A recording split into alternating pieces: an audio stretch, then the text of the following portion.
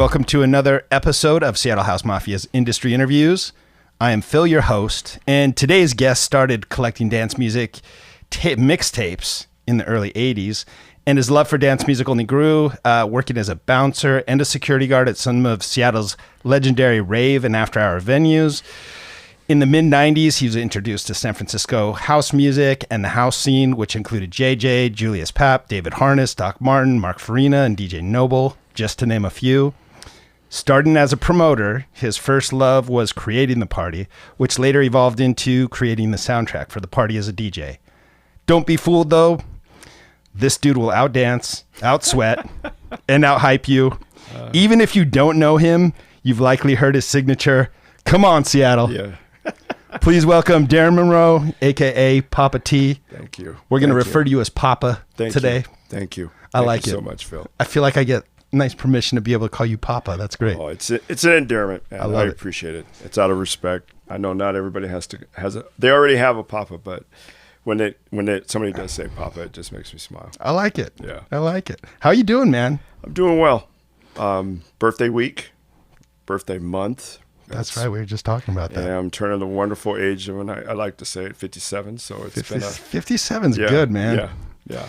And good. I was just telling you, I turned 52 last month. So. Yeah. Crazy. So it's good to be a Scorpio and a Sag. Yeah, we're in our 50s. Yeah. You're deeper in it than I am, but still, man, like it's 50s. It's crazy. Yeah, because when you think about it, I was in my early 20s. Yeah. I was in the Air Force, Air National Guard, went to stationed in Lackland, went up to Shepherd Air Force Base, hanging with cats from Philly, listening to WBMX FM mixtapes at break time, and I was like, what is this? But even before that, growing up in the Seattle area, you could go to underage clubs. Encore, Maxim's, Monastery. Yep, I remember Monastery. Yeah. The other two were a little bit before my time, but then there was Omni down south. Yep. DV8. Yep. And then you had Club Broadway. I never made it to Club Broadway. Wow. Oh, right. It was pretty amazing because you had to be, I think, 18, but if you looked the part, they didn't card you. And then when we were going out in Encore back in the day, Keith Olsen's club, on the big weekends, you had cats from everywhere, Tacoma, Everett, everybody, the big line around the block. Was Encore in Seattle proper? It was in Renton. Oh, it was in Renton. Okay. Yes. Just like Omni was Auburn, I think, right? Yes. That was kind of after Encore. Exactly. You had Maxims, and then if you got a little older, if those who remember, you used to go to the hotel bars. And then everybody would migrate from the outer suburbs to downtown celebrities in these different clubs in that area. Shit, I don't remember celebrities. We'll talk about celebrities in a sec. So I want to tell you, I actually have several funny memories of you because we were talking, and it's funny. We didn't, we knew of each other. We were always down with each other, but I was always a little bit on the fringe, a little bit of an outsider, kind of rolling through. Yeah. And this is notable though, because this sort of changed my musical journey. So there was 30 of us. I don't remember the year, man. It was mid 90s, maybe a little bit later. You remember the coffee shop Lux that was on First Avenue? Yes. Okay. So I know where you're going. So we went to an after hours there. Yes. And I have no idea how the fuck who owned the coffee shop or how it got open, right? Yep. But there was a DJ. He had his turntables on the counter. I think we were at somewhere else, maybe Showbox or something before that, just this crew. Yep. And this is so funny. I'm outside talking to this group of my friends. You come out talking to somebody and you go, I just overheard you say, no, actually you looked at us and you go, this dude needs to be playing some West Coast house, some San Francisco house. I want to hear some Mark Farina, right? Yeah. And we all nodded like we knew what you're talking about. And the next day I literally went up to Platinum Records. I'm like, hey, do you guys have any Mark Farina? Because I never heard of Mark Farina before. Yeah. And I bought United DJs or the United, the Mark Farina, I think it was number 9, volume 9. And then I also bought the first Mushroom Jazz. Yeah. And it was because you said that. And I was like, I should know who this Mark Farina cat is. I had a little bit of an attitude in a funny way. I was very about wanting to hear specific stuff. That's all right. I mean, and I know everybody be like, Papa. And I mean, like I was saying, Preston Linton of Stompy. Yeah. Very good friend, would go down to the parties down there in San Francisco, and here I am in his ear. Hey, what's going on? Where's the vocals? What's going on? But it was the San Francisco sound. Totally. Right? And then you would go to a boogie buffet and hear Mark, hear Tasho, and all these different cats that were playing Janene. Yep. And you just said, okay. And the parties were off the hook. And here I am, hey, where's this type of music? I'm like, dude, come on now. He'd always look at me like, and then I endeared him so much that where we did a party at the Rebar. Yeah, well, you just reminded me of another Pappa memory, which was the Raw Soul gig at OK Hotel. You remember that one? Can I say that one out loud? Yes, you can. I know. Yes. I just remember this when you were talking about that just now. Yeah. So, OK Hotel, off the hook, like deep house, housey, funky night. It was Wesley and Brian, and what a cool, like iconic old Seattle space under the monorail. Yes. So dope. Yeah. And I saw Heather there. Then I think Russell came through there. Right. And you know, and at one point you got up on stage. Oh yeah. And I think you were cutting the crossfader. Yeah, no, you're pulling the line out, yelling, "Come on, Seattle!" Yeah, like, and he's like, "Yeah, hello." But in fairness to you, and I was kind of new to the house, like it was a little bit of a sleepy set for that crowd and that vibe and what was normally happening there. Look at that perspective. Yeah. So. I just remember a few.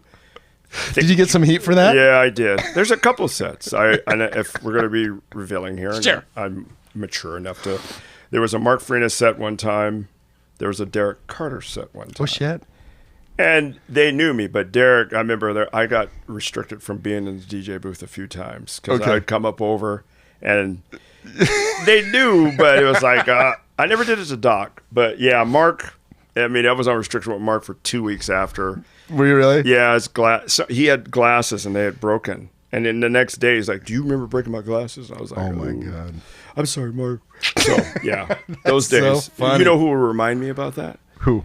Terry Jacinto will remind me. No kidding. Every time. I love it. So he was at the Russell show. He was. I think everybody was at that Russell show. Yeah. I remember it in my mind now. I remember the look, and then I remember me doing it, and I was like, "Oops." I actually think you may have, it was either on Northwest Techno or the message board on Groove Tech, but you actually wrote like an apology, I think. Yeah. You apologized for it. I did. You have to. You gotta learn. You gotta own it, right? I cannot believe that just flashed into my mind when we were talking about the Lux thing. That's funny, man. That's interesting. Yeah. Thanks for sharing that. You don't know what you don't know. You don't know what you've done to really impact. You think you've done these things, but there's so many other things that you don't know you do. Yeah. Right? Yeah. That's awesome. Man. It is. It's amazing. It's amazing when, you know, because we've been doing this for a long time, running this scene for a long time. And you know, for the most part, I've been sober when I'm through that. And so I have very like strong memories of conversations and just like crazy little moments like that. Yeah. I called it the journey. I have a daughter now, it's 21, and I just call it the journey. There's choices. Yeah. And I understand a lot of people weren't aware, and it's not for me to reveal everything, but we do talk about making the right choice. Yeah. Right? And let's be real about it. It's about music. We understand that our culture, our night scene culture is just letting it go. Yeah. And understanding that there's choices, right? So at that time, there were choices being made. And I don't regret any of the choices because I've learned a lot from it. And what's cool about you is like, and I think this probably I can guess. I don't know your dynamic with your daughter, but my guess is that you let her fail and fall down and scrape her knee a little bit. Then you're there to get her back up and make sure she's cool. She's a psychologist. She's studying to become a psychologist. And right before we came here tonight, we had a little debate. Oh, is that right? I liked what she said made sense, and I was just like this.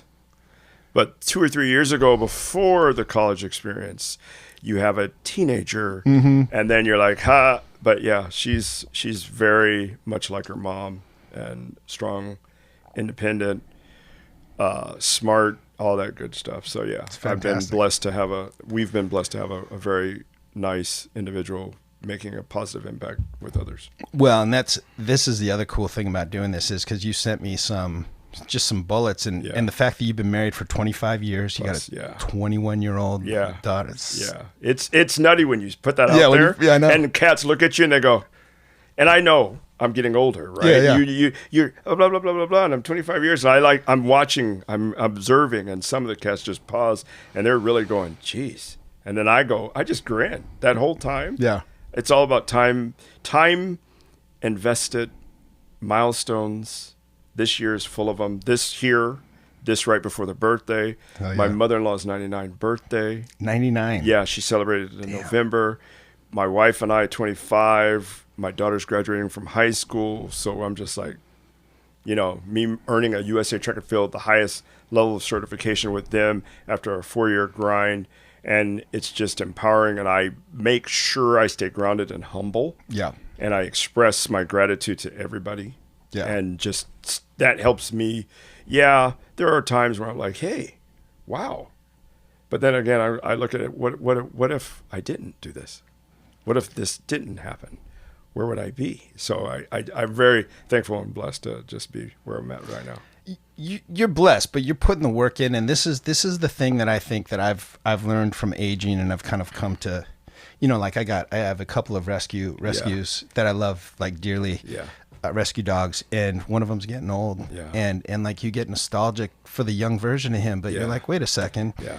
And if you can really step back and put things in perspective and say, like, I've really lived like 5 or 6 different lifetimes through all this, and as long as you're still progressing forward at 52 or 57, or it's just like, it's when you stop progressing, that's when you start to feel old and you start to get sad and nostalgic. And I got some friends You're in that hanging mode. on to something when you can really just control what you can control and keep moving forward. My mother passed away a little bit 13 years ago from MS, MD. We found out about 10 years into the MS, she had MD with the muscles. Yeah. And then that's rough. She taught us, the one thing, simple things. When I'm not here, what are you going to do? You got to keep moving. When she passed, I was training some kids one's a pilot now. The other one's in New York. She's working, but she had earned a scholarship. And they looked at me after when they found out. They're like, I didn't even realize your mother had passed. And I said, yeah, I was grieving. Yeah.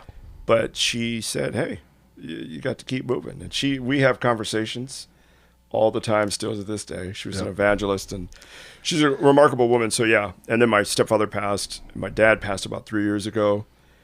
But I'm this way. If that happens, I'm not going to be like, oh, I can't move. I can't. I'm like, come on now. They're going to be like, hey, let's go. You got to keep it moving. No, keep it moving. So yeah. Yeah, we're at that age. I lost I'm watching several friends go through it, and I lost my mom a couple years back. Oh, wow. Dementia, it's like, but it was, and I always tell people, and I don't know how it was with your scenario, but I always tell people it was more relief than sadness. It was both for sure, but like I didn't like seeing her suffer. Thank you. That Thank sucked. you. Father's Day is when my mom passed. Yeah. Mother's Day is when we usually would go see her. She had an episode. She had to go to the hospital, so we didn't go. So I knew something was a little bit more, it was more dramatic than what normally would be when I saw her and how thin she was on Father's Day weekend. This is my mom.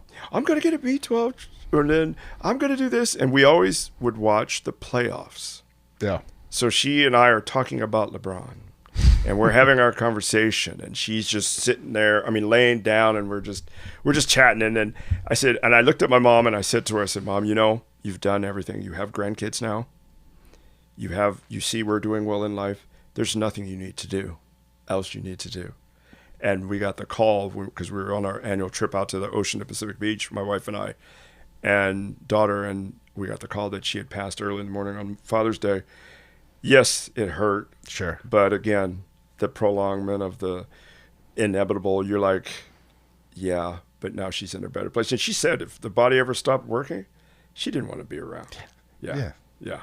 That's it sounds like we got a similar take on learning that the different and you said the different journeys. So I used to be funny, and I'd say there's the Darren, there's the Pappa, and then there's the Coach D. Oh yeah. And there's different journeys on each of those individuals. Well, let's talk about the Pappa for a second. So you grew up in Seattle. Yep. Well, I grew up in Tacoma. Okay, that's South, right. And then we moved from Tacoma when parents divorced to Spanaway, Washington. Okay. So I did Spanaway Junior High, Spanaway Elementary, 6th grade, Spanaway Junior High, Spanaway Lake High School. And then I graduated in 86. Interesting. I haven't spent much time in Spanaway. Been through there. Yeah. It was famous there for a hot second due to the, what was that show on Cops? Spanaway? Yeah. That's right. Yeah, Cops. Parkland. Yeah. Notorious. So Spanaway was most of your teenage years. Yeah. And then you found, I guess I'm looking at your background, like, yeah. And I saw you were like feeling dance music in the 80s even. Yeah. But how did you stumble into it? Like, it was more or less going seriously when it was the 16. As soon as I got, because remember, you get your license when you were 16. Yep, and that there was wasn't a freedom. driver's permit. I was driving. Yeah. I was out. And all your homies were loaded into your Buick or oh whatever? Lord, I learned that lesson quick. Mom always would tell me, now you know what's going to happen. They all want to drive because you got a car. You'll find out who your real friends are when you ask them to go someplace. And I got dogged a few times. Sure. Waiting for them to come pick me up. But yeah, I was driving up and down I-5. Different youth clubs, Encore. Yeah. Club Broadway. We would break our neck to get there on the weekend. So were they playing... What it was like Information Society, yeah, like new wave, like post punk kind of wave, poppy. Yeah, it's like wavy. Yeah, and celebrities. By the way, on Wednesdays, Randy Schlager would play, and another cat would play on Wednesdays at that spot. Crazy. Yeah, and it's funny you bringing celebrities and bringing past back. I just didn't. Ivan used to dance at celebrities. He was a go-go dancer. He was, and you know where I met Ivan at? I met Ivan at the Rebar. So the Rebar expanded. Yeah. I was going to the Rebar when it was just that one side. Right, and he was dancing back then. And I'm trying to put things together. I know, so there was the Rebar, then there was some other parties, but that's before he even started promoting. Yeah. Because, I remember Ivan in the early days. We're talking about Ivan Solivari, who's... who's a just UFC contract for a minute, runs a great martial arts school, super cool guy. Yep. We just all ended up in the same sort of circles. Dude, the scene back then, so good. Bless it. It was so good. And the Sunday night, I posted on my Instagram, the one and only Pappa. I started doing that just recently. It was a good suggestion to split my coaching one and my fun one. I posted that one of me being on the stage at Spice, at Moe's on Sunday nights. Can I tell you something cool about that? I commented on that because that was literally like my favorite night in Seattle. But then DJ Nasser, who I've never talked to, gave it a heart, and then I reached out to him, and he's going to come in here. Nice. He was one of my biggest... He was one of those DJ influences where I would be like, I'll never be able to play like this guy because he plays drum and bass and acid jazz and house and hip-hop, and that guy's a fucking wizard, right? Yep. And I used to follow him around, like the Tasty shows, but I would look for his name, even if he was playing a restaurant. Dude, I'd go check him out. He's amazing. We need that back in Seattle. Yeah, that mushroom jazz, that acid jazz, the horns on the stage. Oh, remember, Gray Boy came. Yep. Different cats came to that night, and it was off the hook, sweaty and hot, and it would be even the winter, sweatiest and hot, and everybody from all different parts of the scene, you congregated there. The long weekends, the college kids would come, and it would be off the chain. And this was at Moe's when it was Moe's before it was Aerospace, and then before it was, and then it turned to New Moe's again. But it was, and I remember a line down the block to get in there on a Sunday. Off the hook. It was before Flammable. It was before Flammable. Yeah, it was such a good night. Flammable, when Moe's shut down, Flammable started. Okay. They also did a Monday night at Moe's. Yes. That was still kind of Was it Mo Funk? Yes. Yeah, so it was Spice on Sunday and then Mo Funk. It was just great to have that element. And if somebody's listening to me and somebody has that burning desire and they have that love, it would be a very, very key opportunity to have that resurge in Seattle. It would be neat because you would get a collective of all different types of people. Totally. Different music, different people, no phones. Yeah. It was so good. Yes. Yeah. And I remember rolling in there, sweaty, there were half the crowd was shirtless, girls, guys, gay, straight. Like it was off the hook.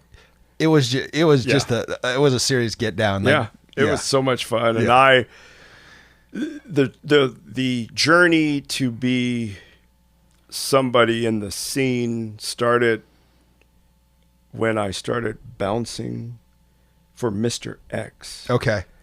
And how that happened, there was a party at an art gallery. And that night, I don't remember the date or the time, I grabbed the money box and kept the money box. So and then when everything settled down, I brought it back to him. He's like, wow, thank you. And Chris he goes, hey, would you like to bounce parties? And I was like, sure. So I started working at NAF and the different venues in the area. I talked about, when I was thinking about things, a road trip up and back in one night with Donald Glod. And with the clothing store, I forgot the name of the clothing store on First. Zebra Club? Yeah. No. Oh, no. Farther down. Further down. Yes. More ravey. I forgot who owned it. Because him and I and Donald Glod went up to Vancouver. Donald played, got done, and we drove back down. Is that right? Yeah. In and out? In and out. And I was living on 7th and James then. Okay. And there's another story to all of this. So creating that, somebody in the scene, hostess with the mostess, we did a couple parties. DJs would stay at my house. I had 10 DJs at the house one night. Nice. Different, just off the hook. It was just great. I love it. I'm just trying to think. Okay, so but at that time, so were you just kind of linked up, enjoying the music, just going out, doing a little security? You weren't necessarily promoting events yet, right? No. So you say the evolution was bouncing. Yep. Then met a couple cats, Pier 70. Wednesday night. Hell yeah. Mercer. Yeah. For some, I don't even know how that even happened.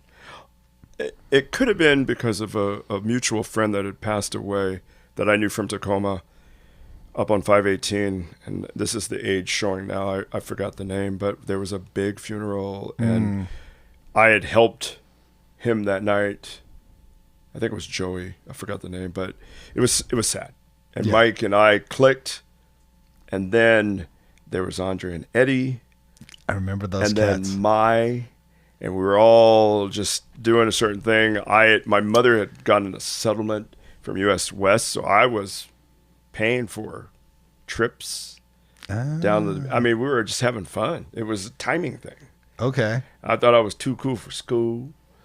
How old were you at this time? Jeez. 20s? 20s, mid-20s. Okay. I was doing the Mario, shopping at Mario's and GQ. I remember my mom and I went shopping there. I bought a suit and then Dolce & Gabbana, all these different things. Everybody, when I post those pictures, like, oh, where's that at? I'm like, I do have a few pieces, but I did give the Dolce & Gabbana suit away. Did you? I remember. I've done a gig. I used to do a poker night. They would do a charity poker event. I used to DJ. Actually, Shelby hooked me up with them, and so I DJ for them on these poker. And they were so cool. They'd give me a clothing voucher. Yeah, because I was broke. Right. I grew up. The reason why I did is because my mom gave me the settlement. Exactly. And like being able to, I bought some Gucci shoes one time. Oh, look at you! Like, oh my god! See, I had some Ferragamos. Okay. Ferragamos. Yeah, Mike was like, "Those are Ferragamos." What do you know? Mike knows. Yeah, that was fun. So you connected, and then Mike then connected with Tasty Shows. Yes, Jason and Jared were Jason the brothers. and Jared, right? And then I was in that mix. They loved my energy. Everybody loved my energy, and they were like, "Sure, you can do this." And everybody, I could dance on the stage. When nobody else could, and they would be like, "Nope, he's good," and I'd come up, get on the stage, do my thing, and just have some fun and work it out. But yeah, it was fun. So for the listeners that didn't get to experience this amazing time, so when Pappa used to get on stage, he can throw a fucking high kick, like nobody's business. I remember leaning over to Britt and I go, "How is that motherfucker so flexible?" And here's the background. When I was little, I had very, very skinny legs. Okay. I wore braces. I didn't have strength. Mom put me in ballet. That's what it was. Tacoma Ballet. ran track, just worked and loved to dance. And then that step, I got that from being in the Air Force, like I said, basic training, hanging out with those Philly cats. There was a dance move we used to do, and then I would just do that, and it was funny. I mean, I've done that all over. There's a couple people I have kicked, honest, but it was a neat. It was a neat, it was a neat thing, because in circles I got mad respect from cats that could New York to everywhere, right? Yeah. And they were like, God, whoa, and then I would do a little, my little shake and move and just have some fun. And that's what I did growing up with my mom. We would dance in the front room. So I was dancing. Like dancing was kind of like a weird girls thing. And then when I found raves and clubs, I was like, oh, dancing's where it's at. Like you can get sweaty, you get a workout, there's good looking people around. That's it too. And remember back then there was smoke in the clubs. So I was sweating and sweating. Yeah. It was bad. I remember that, and I tell people this story. I remember when I started DJing in clubs, and I didn't drink, when I DJed, just because, especially vinyl, I can't keep it together when I'm buzzed on vinyl. And so I'd come home, I'd wake up the next day, and I just assumed that was lack of sleep. But then when they stopped smoking in the clubs, I woke up feeling so much better, and I was like, it was like you were kicked in the face the next day. I was just on a trip. For those who go to Las Vegas, much respect. I was in the casinos for a hot second. I was like, dude, I can't take it. And my wife's looking at me. I was like, babe, we got to get out of here. Mm-hmm. And you can't take that away, because that's what they want you to do. They want you to spend the money and smoke and smoke. Smoke and just. I can't do it. No. But yeah. Yeah, that was it. Okay. So, I remember you and I remember there would be times like at Victor's, right? You'd go to Victor's. Oh, yeah. Yeah, you, Ivan, up there, sweatpants, no shirt. Just jamming. He loved sweatpants. Because he's just doing it. That's why I used to take the shirt off. And everybody, and I think you know this, or remember this individual, remember Jackie? Yeah. So the compliment was, at certain places, people thought I was Jackie. And I was like, and I would tell Jackie that Jackie was fit. He's still fit. We still talk to this day. He's in LA. Funny. I'd have the hat on, and remember the glob of the 14 Roy? Yeah. Oh yeah. Yeah. That was funny. I have not talked to anybody who remembers 14 Roy for so long, but because Mike used to do a night called Social, right? And Constantine owned that bar. Yeah. Yes. It being in the right place at the right time, I was fortunate enough to meet and befriend and earn the trust of a lot of individuals here and in the Bay Area. Because I could have been in the Bay Area in 95, 96 and stayed there. But my wife now, Nicole, she wanted to come back home because her parents were here in West Seattle. Right. And I would have been down there. Now, who knows what the journey would have been, but Martell and Nabil from Release, Nabil was like, you can have the bottom floor. Because they loved my energy. I was going down there like, you can have the bottom floor, and this is what we would do, and da-da-da-da. And I was like, okay, cool. But that wasn't the case. But what's so cool, even just this little bit that I'm getting, because I didn't know all this stuff, and that's that humility thing. But it's also that it doesn't feel like you were necessarily angling. Like you weren't always looking for that. And that was a genuine love, and to dance and express the way I did, it showed. And that's where that pure energy comes from. That's Papa wasn't trying to work an angle and get a little piece of this and status. I met some of the biggest cats in the biggest cities, and they were just like, this cat just loves music and loves house.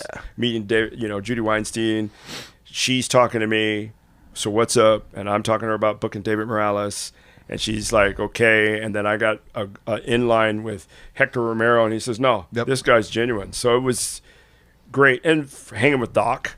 Doc Martin knows. He knows if you're coming at him. And he's like, I heard he can be real standoffish if you. He took me everywhere. That's the first time I went to the music conference. I met everybody. This is Pappa from Seattle. He's doing this party. He's and I wrote all these different things down and met people. And to this day, I still have friendships with a lot of them. And just, it's like with my coaching. Yeah, it's trust. Yeah, I come in hot. Very, and then you're like, well, who is this guy? And I know when you're young, you're like, is he going to be like this all the time? What's really going on here? Right. And my daughter even says that. So I just keep it going. And then they're like, okay.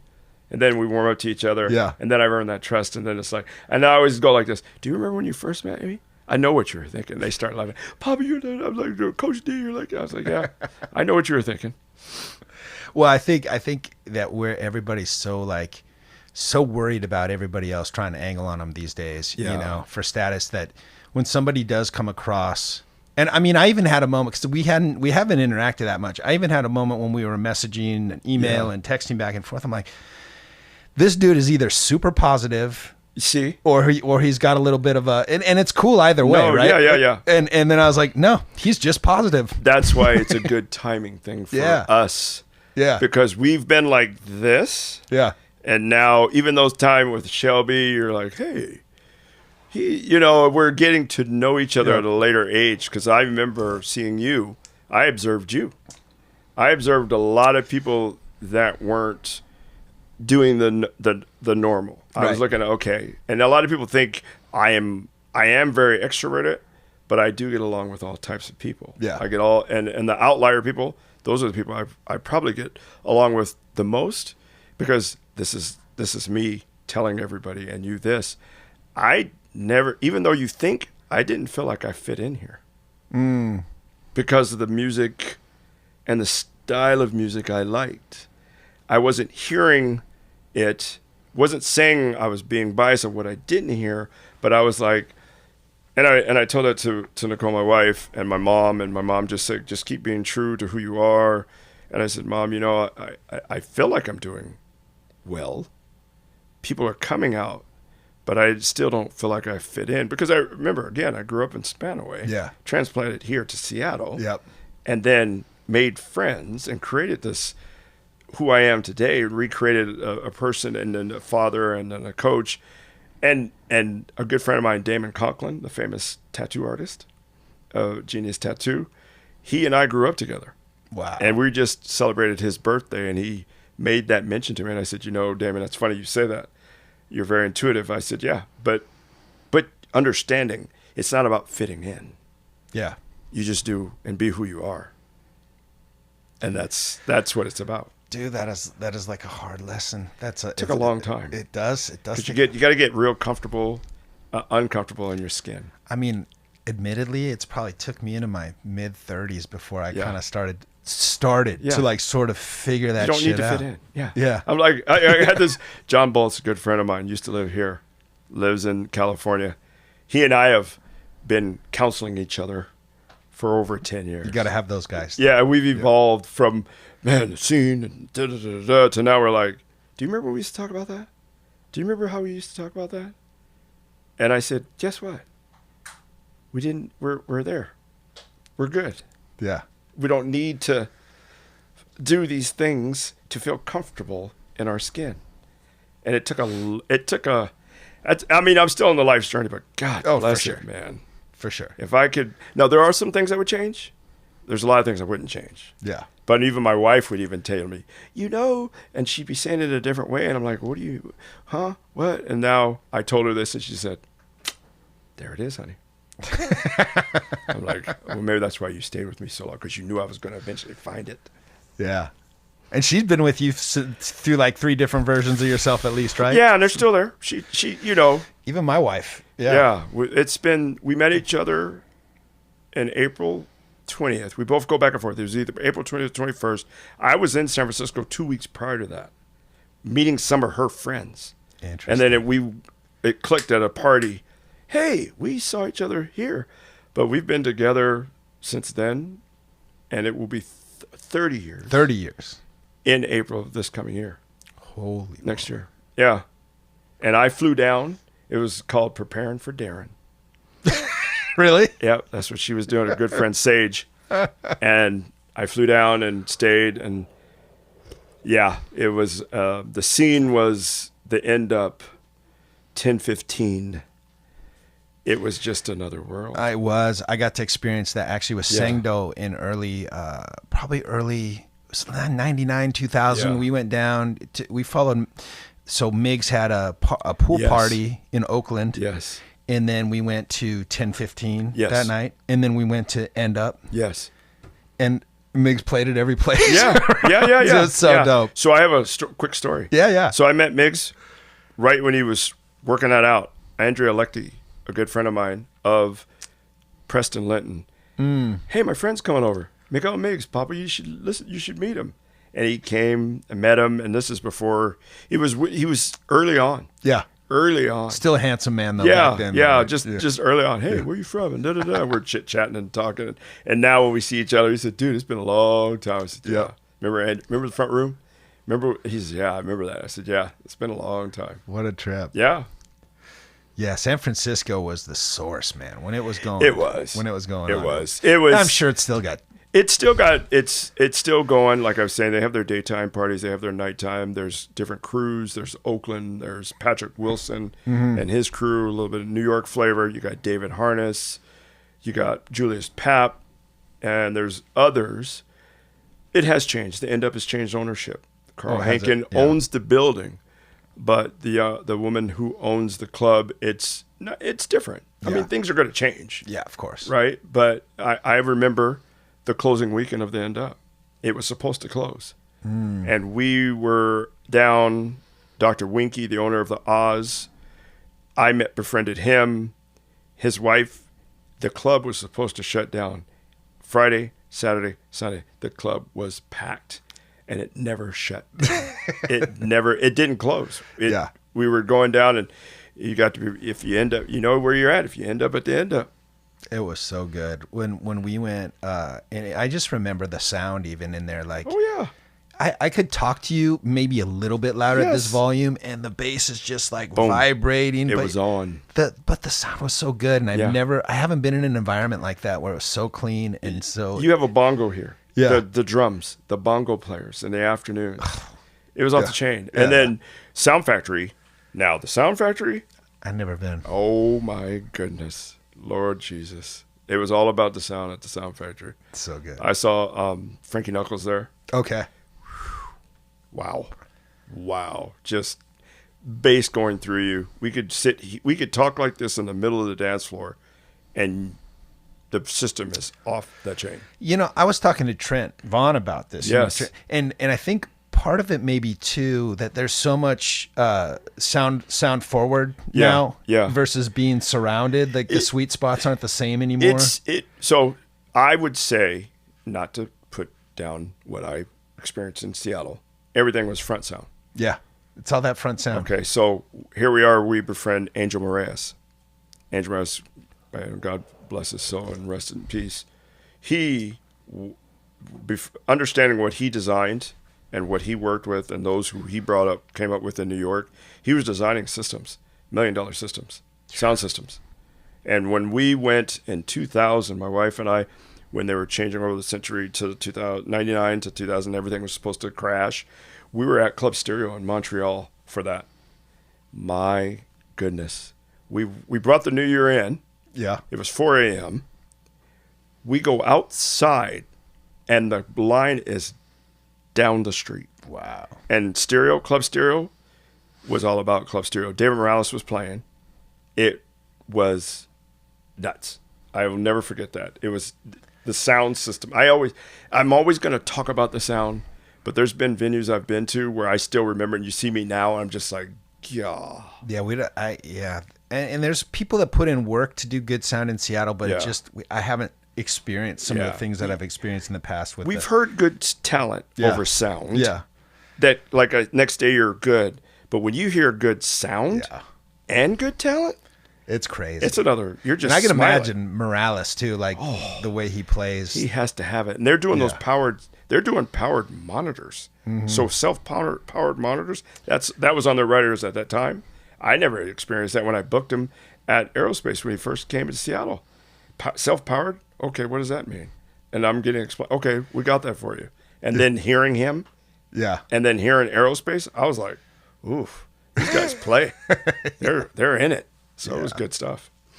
So then when did you make the transition into DJing? I would kind of dabbled. I would say early 2000s. Okay. Yeah. Vinyl guy first? Vinyl guy. Noble Kim was part of my San Francisco experience. Got it. And just different journey altogether. But yeah, it was just playing a little bit, practicing a little bit, practicing a little bit more. And then I played the first time out. Aaron O'Connor and Nate Drew, old Patty Wax, War Room spot. I forgot the name of it, before War Room. They booked me. That was up on the hill, right? Yep. War Room. Yeah, Hill. and it always had like a weird come and go, open and close. Yep. I was there, and they booked me, and I'll never forget being just so flipping scared. Yeah. Because when you play, and you first experience the sound, it's different. You have to really just be like, oh, okay, here we go. And I was so nervous, but they gave me an opportunity, and it was real great because in return, I booked Erin. Okay. She's one of the Pappa's House. When I started doing Pappa's House and promoting and doing that, I played 2. Yeah. But it was her, and then I did an all-girls party at the old, what's the name of the place where, what's it called? The after-hours spot? Down Under, closed, but it was one of the best after-hours Seattle's ever had. Superhighway. Fucking super. And I vetted that. Dude. I tried to vet, was it the first all-girls booking? I think it was, because it was Aaron, Eva, Julie. Yep. I think it was those 3. Okay. And it was interesting because she was nervous playing. Yeah, and for the kids that don't play vinyl, when you're nervous, I mean, even now, like, the first time you pick up the and you're trying to find the first groove and your hand's shaking, right? It happened to me actually. I played 2 weekends ago. I played a vinyl set at a pretty underground event, and my first record, I'm like, I still got a shaky hand. The first record I dropped, that's but that's because we I give a shit. The art, right? Yeah. You get in your head, it's an artist thing. Yeah. Oh, you're doing it, do great. But I'm still thinking about it. Oh yeah. I'm still a process. I'm still trying to. Okay, yeah. And that to me has kept me humble. Yeah. There could have been a time when I was doing promotion. I was doing 4 of the nights, almost 5 of the nights at the last Supper Club. Were you really? Yeah. See, I didn't know all this. I knew some of it, and I knew you were always this presence, this positive presence that was out there, and I'd always say hi. Yeah. But I didn't know how much, and I think I was working. That was work. You were doing it right though, because I didn't know. Yeah. You know what I'm saying? Like that's a compliment. Actually, and it was always about the DJ. Yeah. I would have drag out fights at the end of the night with Keith because I wanted the budget was this. Yeah. And he was like, "Well, you could do this." I'm like, "No, they're here because of the DJ." Yeah. And this is when they were all about the liquor board. And, well, I'm not good. I'm like, dude, please. I know how much you guys are pouring at that bar. Yeah. Stop. So we'd go round and around about $1 difference. Yeah, you and because I remember I overheard when I played for a couple of times. Yeah. So did Sangdo. And I remember him saying, "Oh no, these are the artists. You pay them what you said you were going to pay them." And I loved like being backed up like that and never having to deal with that myself. I didn't have any issues then. Yeah. I didn't have any issues then. Everybody always got paid, and they got paid that night. Yeah, that makes it easy. You don't have to chase it down. And I prided myself on being trustworthy. That's how I was brought up. So it's kept me in good graces with a bunch of different individuals. I even did a little bit of management for a hot second. For who? For Wesley Holmes, Brent Lawrence. I remember Brent Noble. Too. So I got Brent and Wesley to play at Deep in LA 2001. That was a milestone for me. That's still going, that party, isn't it? Yeah, it is. And then at the End Up as well. So we were able to book 2 cities, go into San Francisco, play there, Fag Fridays, and then boom, go to Deep on Sundays. Wow. Good for you. It was fun. It was a trying time. Wesley will tell you, there was what are you getting paid? And what are you getting paid? And I was very transparent. But because of the way things were set up, those felt that I was trying to get an upper hand, and I never was. My pride was getting the booking. It was the booking. It was finally getting Marcus to say okay. Yeah. It was finally getting Dave Peterson at Fag Fridays to say okay, and then those down in the Bay Area. We did also Second Sundays. Okay. Down with Ben Doran and them, and earning the right. That was my thing. Yeah. That's what, if you want to say angle, my angle was to get the trust of whoever to get cats from Seattle to play at different places. That was the goal. Interesting. But again, it comes down to like, is he for real or is he? Yeah. And It takes time. And then I had good. I mean, Martell knew Ann Laura, good friend of mine down there, Kira Jepson, who's passed on, God bless her. She was my papa. She met me the first weekend with my good friend Chris Gurgin, who I met my wife with, 1015 Folsom. So CG of Legacy Capital in Kirkland is a very good friend of mine. Now, did she have short hair? No, different. Well, there was a few. No, she had long hair. Okay. I was thinking of a different Chris, maybe from the old days. No, there was a few. Okay. Yeah. So interesting. Wife, marriage, wedding, 9 groomsmen, 9 bridesmaid. Marcus White played our wedding. Really? Yeah. And then that night, everybody went down to Superhighway after, and John Lee took us in his white Cadillac to the hotel. John Lee in his Cadillac. Yeah, it was great, man. It was a neat time. Man, it was so good. But you know what's dope is I literally had lunch with John last Thursday, and we talked about music, and and it's just like, I love still having those connections. He's one of the hardest working DJs, I would say, in Seattle, to where he had to work to get in, to really break open. And now I even used to tease him. He's like, "Oh, do you like this? Do you like this?" Because it was all about Papa's house, and we used to go around and around, and we have a lot of memories, he and I. That No, he's a good dude, and he's also very very diplomatic about not you almost can't get him to talk shit. No, he's not so now. good about that. Like, no, back in the day though, boy, he'd get you. I try to feed him a little bit. I can't get him to do it, but he's become a good friend of mine over the last 3-4, really COVID and stuff like that. We ended up connecting. Yeah, that's where a lot of people, myself, Jeremy Nell, who I've done Lovely Day parties with.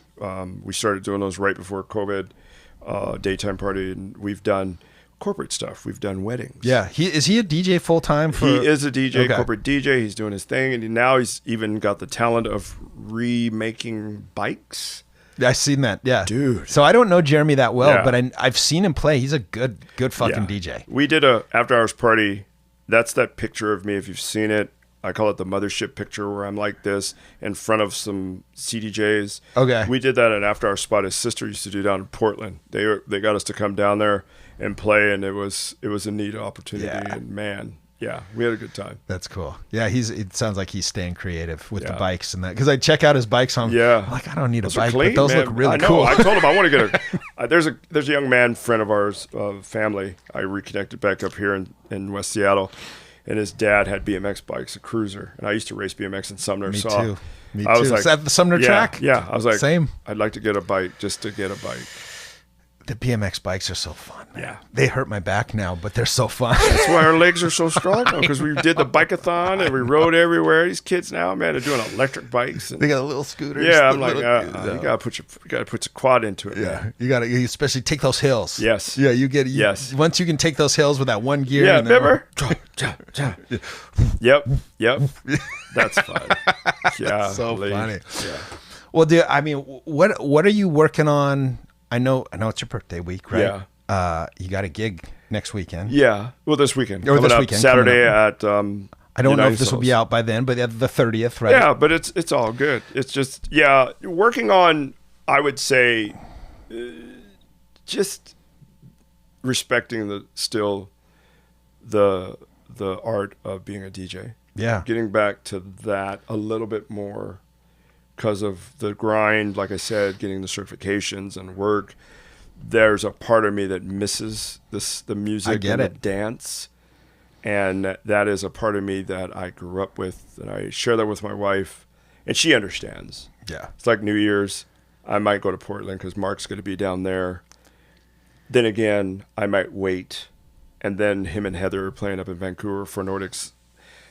So I'm, we'll and then Heather's going to be in town early December too, I think. Yeah. So I might just, you know what I mean? Yeah. I haven't done a road trip, and now I'm an adult and I can go down and hang with Portland. It's fun. Yeah. It's a little different. So by the way, how do you know Mark? So Mark and I connected, early 90s, Chicago. Met him there. Okay. Was he living there at the time? No. Because he's living from in San Francisco. He's from Chicago, though, and then ended up in San Francisco. Okay, got it. So here I am. Sorry, I sound like a stalker, Mark. No, We've you're never good. met before. You're good. That's But I know a that's little our bit guy, about him. though. That's our guy. So Yeah, totally. 100%. I befriended him, of course, what I do, I guess, and we hang. Yeah. And then the next day, we go to People's Cafe up on Haight. Oh, okay. And then, so here's another part. There's something I didn't chat about. I drove to a rave in the Valley, Oakland. I forgot the name of it. And I saw Doc Martin and the third, what was it called? Not the third herd, but EQ, Darcy, Okay. Carlos, and Wicket. Wow. Right? Yep. And created that. Then I went home, and then coming down to San Francisco, hanging, getting Mark's Grill. He hears about me through somebody else. So we go in, and we started just hanging. I said, oh, yeah, I was in Chicago. I saw you in Chicago, and now I'm here. Same with Doc. Doc was a little different, but it was just, and we've hung together, and I will say we are friends. Mark is an introvert. Yeah. I'm an extrovert. We talk a little, but he's played, and I'll say this, I can say this now. He played at the OK Hotel for Brian and Wesley. Yeah. $75. Oh, really? Back in the day. Wow. He was here with his ex-wife who passed from cancer. Nicole is her name. She knew me, and she was like, well, you think again, what's the angle? Yeah. There's no angle. That's my boy Mark. Yeah. Mark, and I'd always say this, even to this day. Mark, I'm calling in a favor. There's no other angle for this. And he appreciates me, and I appreciate him. He did it for that. Wesley was like, he's going to do it. I'm like, yeah, he's going to do it. I may have been to that show, actually, is the crazy thing. Yeah. Yeah. Because I go to every one of those. And remember when he played at Flammable? Oh, yeah. Okay. We booked that when Brian was out of town. Interesting. Yeah. That's funny. And there he came again. Yeah. I said, there's only certain times I'll call in a favor. Sure. And it's one of those off kind of different, unique situations. Yeah. If it's a regular booking, I'm not, because I respect it. Yeah. Well, it sounds like, but it also sounds like, I mean, he knows he's an introvert. It sounds like you guys sort of accent each other. Yeah, we just have nicely. fun. Yeah, yeah. He loves my wife, Nicole, and his son is a savant. The kid can play all kinds of instruments. Wow. And just living vicariously through him. But yeah, great person. Great person. I played for him. I played ahead of him in San Francisco. He always teases me.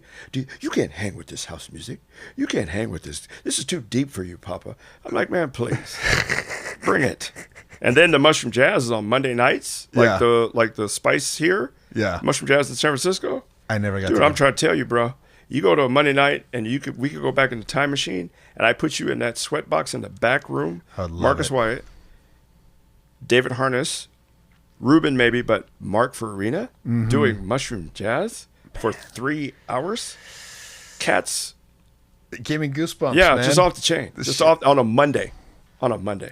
So when I went to, that's so crazy. On a Monday.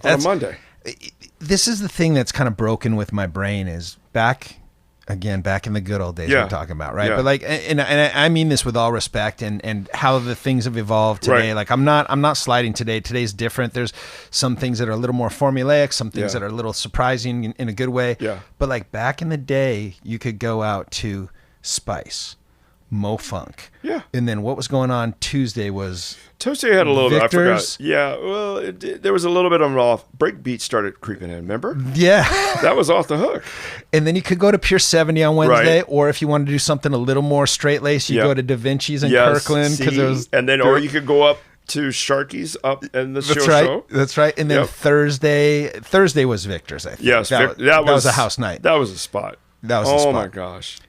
Tuesday I think was kind of but there was like the back door or something. Yeah. There was something else going on Tuesdays, and then I mean you could go out every night, dude. Yeah, it's not like I'm trying to do that now. No, God, but no. we would hope, and even Nasser, he's even said this. Yeah, well, what do you think? I'm like, dude, do it. If you're just, you you don't need a lot of people, and they're going to start coming. You get the right space, the right vibe. It's the energy. It's the eclecticness of the place. You're playing that music, and people are going to come out. Remember, they used to do industry nights on Monday.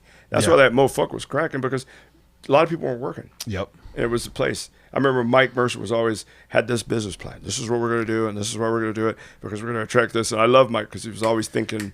Always thinking. We were doing different things. We did certain things. We experienced different things. But it was neat.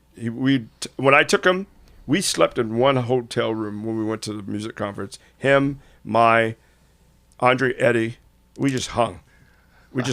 And we went to everything, right? And this is when Doc was at that time. I left them, and I hung with Doc. And then I'd come back and tell them, where were you? Doc was do-do-do-do. And they were like, oh, my gosh. So when we did the party at Ravioli, it was people flew up from San Francisco. And Ravioli was, what, 95? That was a NAF, something like that? Crazy. The first. I think I went to that one. First, we say it was the first house rave. Right. And that's what with Marcus, we had Donald Glaude and JJ. Yep. I was selling tapes for JJ. Oh, you JJ were? was hustling.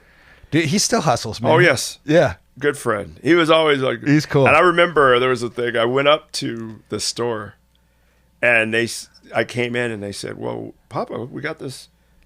You sold these tapes, and you got this money. And it was like $200. Years later. I was like... And my wife looks at me, and I'm going... Okay, I'll take it. Right? Yeah, right on. Thanks for your honesty. Yeah. I didn't realize that we've been coming up here. I just hadn't made it to the record store. Yeah, it's now that you got me thinking about this. I think so. I connected with JJ. Yeah. I connected with Nasser. I could give you a list of like 30 people I've connected with since we've been doing this, and it's the same thing. It's like, what's the angle? I'm like, dude, I've loved your productions forever. Yeah, I used to see you DJ.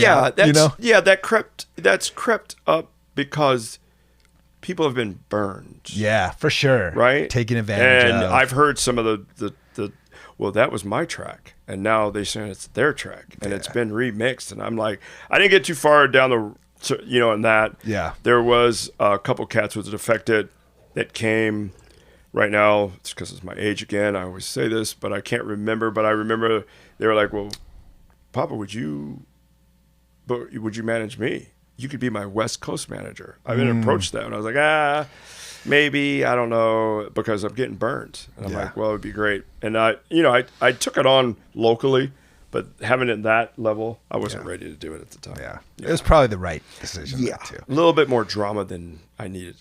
Yeah. Because when you do put too much business into like something you're so passionate about, like I think you can make it work and balance it, but then sometimes it loses a little magic. There was a couple of times that it wasn't fun. Yeah. Even my wife, Nicole, love her to death. She'd said, "Are you having fun? Do you want to keep doing this?" Because the outcome and the energy are not matching. Totally. And I had to step back a couple of times and then go back into it. Then step out, then go back into it. And she says, "You need to make up your mind." I said, "I know." But I love to be the creator. I love getting people involved. I love doing it. But then there was a part of time where I just said, okay, what are we going to do? Yeah. My thing was, I'm going to become an adult now. Yeah. And now we are out DJing again. Yeah. And going out because we understand. But yeah, for me, like ideally like once a month, if I can play once a month, that's probably pretty good. Yeah. I used to put it on this type of metrics. If it was once a quarter, it would be great. Yeah. But with Jeremy and I doing our thing, because of families and being busy, we ramp it up, we do it, and then we plan for another one down the road. So it's been good that way. So much respect for the cats that can do it. I'll come, I'll support. For sure. You know what I'm saying? But I know not too much now. Yeah. My passion is coaching track and field and helping athletes of all different types get to their goal and being a positive impact in their lives that way. That's huge, because it's a good return. Yeah. Whereas there was a part of time when I was doing the party, it was return, but you felt like you were putting a lot more energy in than you were receiving. And it can drain you. Yeah. I've definitely like minimized my own like sort of passions too, you know, gave up winter. Like it's like martial arts and music and my wife and relationship, and that's like pretty much that takes up. There you go. Yeah, I'm good. Yeah. No other rooms. But those three, we're good. Right, exactly. Well, man, I could keep going because I know, but we've talked an hour. Thank you, which is fantastic. I want to hear what Pappa's going to play. That's what I'm excited. I'm just going to play some stuff. It's funny. Much respect for those who program. I've programmed, but I've done things what I'm feeling. I play how I feel. And I learned that a lot from DJ Noble. Yeah. I met him at a time in his life where he was going through a bunch of, and now listening to his sets, I understand he was going through a lot more. So I would say soulful house. Cool. I like Just have some fun. I like it. Yeah. Well, let's get you on the decks, but I have to ask one more favor before. And I want the real, like, come on, Seattle from you, not from me. Okay. Mine was poor. I could do that because I can bring it up. Come on, Seattle. Come on, Seattle. Come on. Paul's going to have to pull that way back, but that's amazing. I love it. Yeah. I love it. That's how we do it. That's what I love it. Well, dude, thanks for coming in. Thank you very much. And it's an honor. Yeah. Well, thank you. To be asked, it was it was very. And we finally made it work, and it's it's an honor for us too, because I really appreciate everybody's enthusiasm when we do start having these conversations. And the biggest challenge for me is scheduling, and we got busy lives and all this, but when we make it happen, it's a good time. It's always worth it. Man, look at this birthday week. You can't get birthday better week, than this. Drinking Celsius. Yeah, a couple old guys. Like, it's just perfect. chit-chatting. We could do this all night. Exactly. All right. Let's get you on the decks. Thank you. Thank you, man. Seattle House Mafia.